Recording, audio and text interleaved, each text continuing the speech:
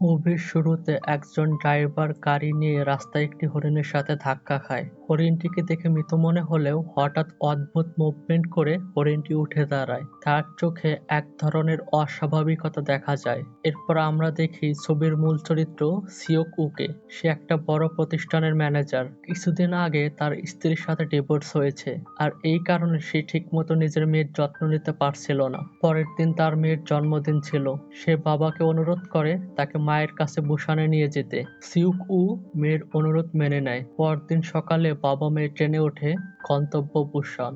সেই ট্রেনে ছিল আরো অনেক যাত্রী। একজন ওয়ার্কিং ক্লাস হাজবেন্ড সাংহা, তার গর্ভবতী স্ত্রী সাংগিয়ং, এছাড়াও ছিল একটি হাই স্কুল বেসবল টিম। ঠিক তখনই দরজা দিয়ে একটি আহত মেয়ে ট্রেনে উঠে আসে।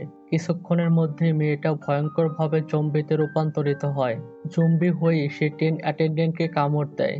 তার কামড়ে সেই অ্যাটেন্ডেন্টও জম্বিতে পরিণত হয়। এভাবে অল্প সময়ের মধ্যেই সেই ভাইরাস পুরো ট্রেনে ছড়িয়ে পড়তে শুরু করে, যার ফলে যাত্রীদের মধ্যে তৈরি হয় তীব্র আতঙ্ক।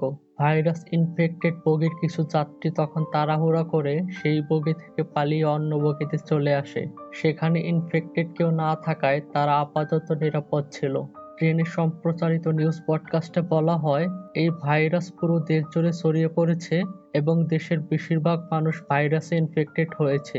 কিছুক্ষণ পর ট্রেন একটি স্টেশনে এসে থামে। তখন যাত্রীরা নেমে শহরের দিকে এগোতে শুরু করে, কিন্তু গিয়ে দেখে শহরে আগে থেকে জম্বির ইনফেকশন ছড়িয়ে পড়েছে। তখন সবাই আতঙ্কে আবার ট্রেনের দিকে ছুটে আসে। এই বিশৃঙ্খলার মধ্যে যাত্রীরা আলাদা আলাদা কামরায় উঠে পড়ে।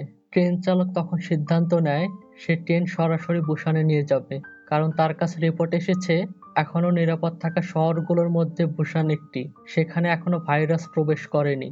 এদিকে সিওক উ, সাংহা, ইয়ংগুক সহ কয়েকজন যাত্রী ট্রেনের এক বগিতে একসাথে হয়। তারা 6 জন মিলে ট্রেনের প্রথম বগির দিকে যাওয়ার চেষ্টা করে।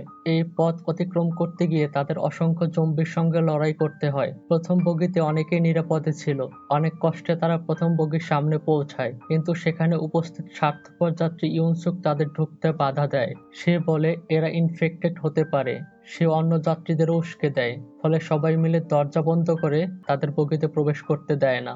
এই পরিস্থিতিতে সাংহা আর কিমজিন নিজেদের জীবন বিসর্জন দেয়, যাতে বাকি 4 জন দরজা খুলে নিরাপদ বগিতে ঢুকতে পারে। অনেক কষ্টে দরজা খুলে তারা নিরাপদ বগিতে ঢোকে, কিন্তু ইউনসুক তাদের 4 জনকে সুয়ান আর সাংগিয়ং এর সাথে আলাদা চেম্বারে আইসোলেট করে রাখে, যাতে তারা যদি ইনফেক্টেডও হয় তবে অন্যরা যেন বেঁচে যায়।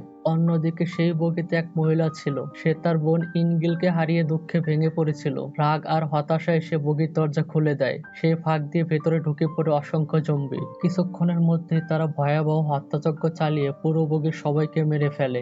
বেঁচে যায় শুধু আলাদা চেম্বারে আইসোলেট থাকা সেই 6 জন। এদের ছাড়াও ইউনসুক এবং একজন ট্রেন অ্যাটেন্ডেন্ট বাথরুমে লুকিয়ে নিজেদের প্রাণ বাঁচায়। পরে দেখা যায় সামনে ট্রেনের পথ ব্লক হয়ে গেছে। ট্রেন থামতে সবাই নেমে আরেকটি ট্রেন খুঁজতে শুরু করে। এই বিশৃঙ্খলার মাঝে সবাই আলাদা হয়ে যায়। ইউনসুক আবারও তার স্বার্থপর রূপ দেখায়। নিজের প্রাণ বাঁচাতে সে ট্রেন অ্যাটেন্ডেন্টকে জম্বিদের দিকে ঠেলে দেয়। অ্যাটেন্ডেন্ট মারা যায় আর ইউনসুক বেঁচে যায়, কিন্তু একটি জম্বি তাকে কামড়ে দেয়, ফলে সেও ইনফেক্টেড হয়ে পড়ে।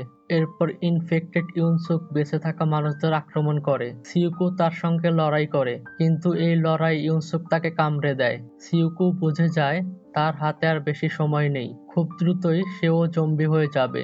এটা ভেবে সে তার মেয়ে ও সাংগিয়ংকে ইঞ্জিন রুমে বন্ধ করে দেয়। যাওয়ার পূর্বে মেয়ের দিকে তাকিয়ে সে নিজের জীবনের লাস্ট ওয়ার্ড বলে। চোখ ভেজা সেই মুহূর্তে মেয়েকে বিদায় জানায়।